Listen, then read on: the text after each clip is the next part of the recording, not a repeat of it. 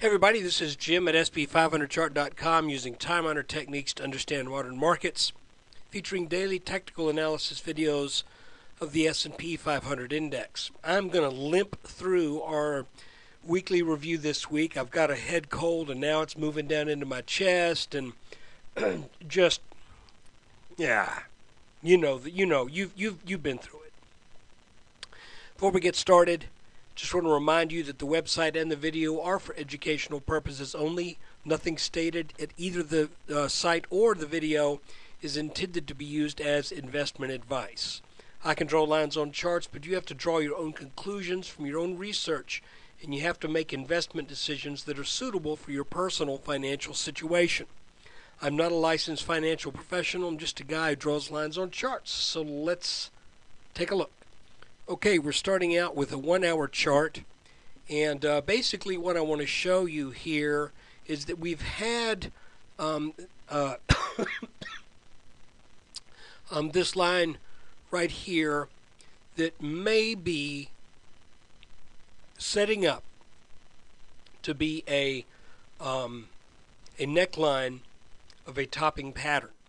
And I say that because when we got up to this triple top up here and then we broke down, when we did so, we both broke the neckline of this triple top and we broke a fairly long-term support line that had gone all the way back to the October 3rd lows, and that broke right at the same time that triple top did. So that should be something of a warning shot across the bow that this could represent a change in direction more than just a pullback to support. So we broke down out of the triple top, broke down out of that what looks kind of like a rising wedge-shaped channel, and after we broke this neckline, we started to kind of meander our way back up. The Monday, 1, 2, 3, 4, 5, Monday started with a gap down back right at about that neckline level. And we got a bounce on that neckline, even though we traded underneath it very briefly. The fact that we closed over that neckline was the reason why on Monday I said and I was a little ambivalent about it, to be frank, but I was thinking to myself, we come down to roughly that neckline area, then we start to come up. Is this a legitimate bounce, or were we going to be making basically a bear flag here that would have looked something like that, roughly? And, even when you get a little bear flag, you need to wait for that pattern to confirm itself, just like any other pattern that you deal with. And instead, the markets did give us that legitimate bounce on this neckline level.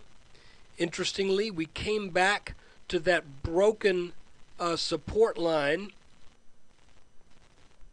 in this rising wedge pattern that is outlined between these two blue lines, came back to that, started to come back down.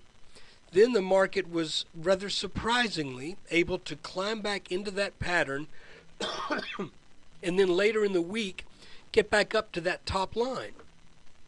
Well, we got to call it the way we see it. And the way I see it is this should be resistance right here. We got two things that say this area should give the market a serious fight. Even if it looks like it wants to get over this, we just got to call it for what it is. This is our neckline, and this is the top of our rising channel that came after that breakdown. So this should be resistance. Once we got back into this pattern on Wednesday, I think it was a pretty easy call that, we're probably going to, now that we're back in here, we're probably going to head up and test this top line again, and that's exactly what happened. It gets a little dicey, though, because, you know, as we look at this line up here, we also realize we haven't had a back test up here either. So I'm keeping options open. I'm not panicking at this point. But if we start with weakness in the first of the week, and let me draw a line for you that I think may give us a little bit of a possible hint here. Let's put this line here for resistance. And we don't have really a whole bunch of stuff to help us down here for support because a lot of this doesn't line up. But we got this little channel that looks like it started to want to follow up in after that gap up. Let's see if that breaks and we start to head back down. Then I'm thinking we likely will come back and we will test this line again. If this line breaks, you know, again, my druthers would be that we would stay inside this pattern for a bit longer. And the reason I say that is we've got this potential head and shoulders top forming, but in order for that to form nicely and to give us a really clear sense of it being a head and shoulders top, it would be very desirable to see some symmetry here, which would mean this we could stay above this neckline for roughly another 2 weeks before coming down and testing this area down here. So you can see, and again, this is very preliminary. So I'm not saying this is a head and shoulders top. I'm saying it's worth keeping an eye on because some of the dynamics are there. Left shoulder, head, potential right shoulder. If the market starts to sell down here off of the back test of this neckline, then I would expect, and this is the neckline, by the way, of this triple top. This is not the neckline of the head and shoulders that we're potentially considering. This would be that neckline.